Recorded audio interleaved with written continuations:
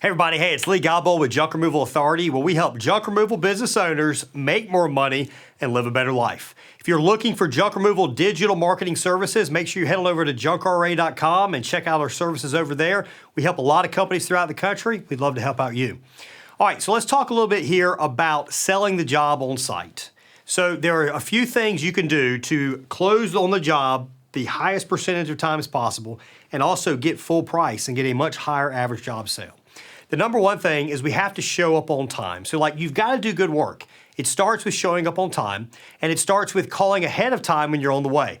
Most of us, we schedule in 2-hour arrival windows, so we want to let people know, hey, we're headed your way. That way they're not having to wait around the entire time. The next thing is we got to be in uniform, and we have to professionally greet that customer once we get on site. If you do those things right at the beginning of the job, you're gonna have an upper hand on getting the full price for that job. All right, so the second thing is once you get there, you're gonna want the customer to walk you around the property and show you what all is going. And if you're brand new to this deal on quoting a job on site, here's a little tip.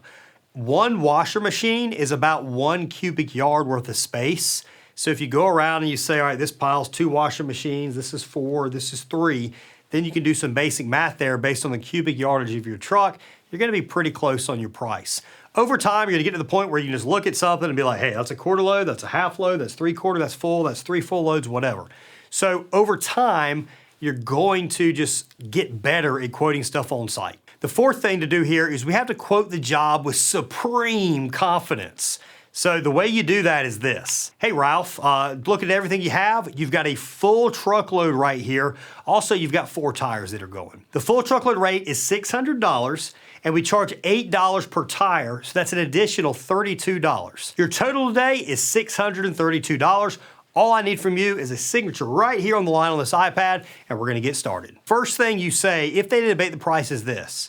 Hey Ralph, I understand. Here's what I know. We do shop our competitors to make sure we are priced right. Many of our competitors are actually more expensive as they're franchises who have to pay a royalty back to corporate.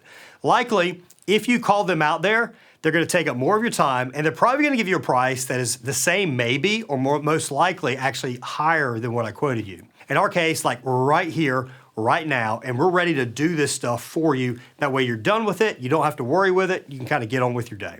Let's say that doesn't work. So this is like option B. The next thing you do is say this. Okay, I get it, I understand. Tell you what if we took the larger items that are here? So what are the stuff you really want to get rid of? We know we have this big sleeper sofa. We know we have this radiator over here. We know we've got this old air conditioning unit.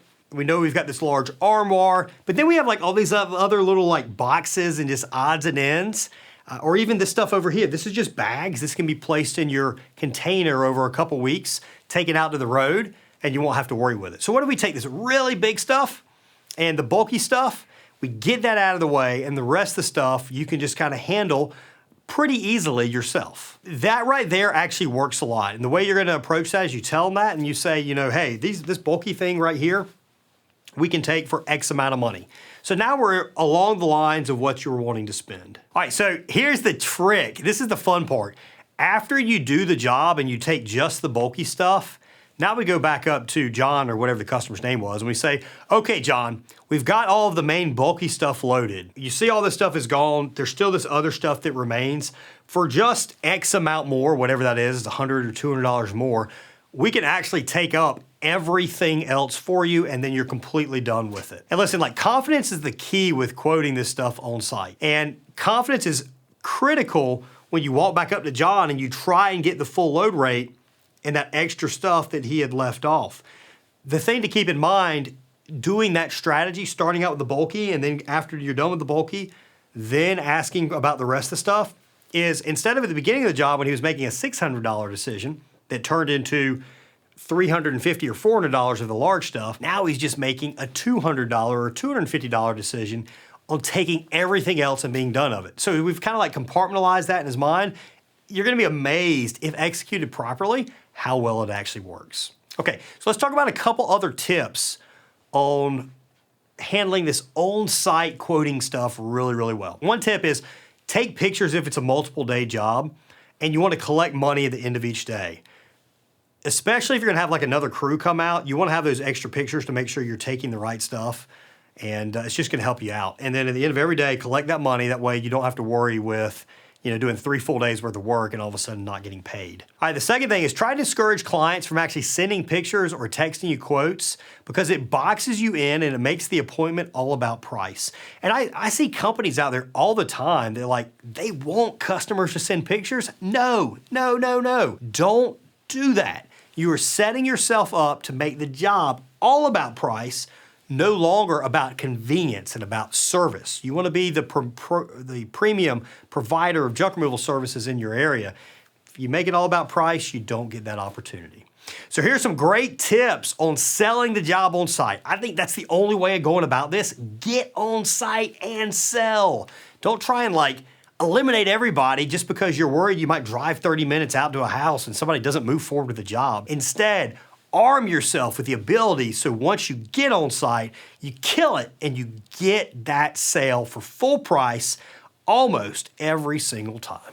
All right, in the comment section, we would love to know what you do when you get on site. What did you learn from this video that might be different? What are you maybe doing that would be a big help for other people to know and understand? Post it in the comments and we'll see you on the next video.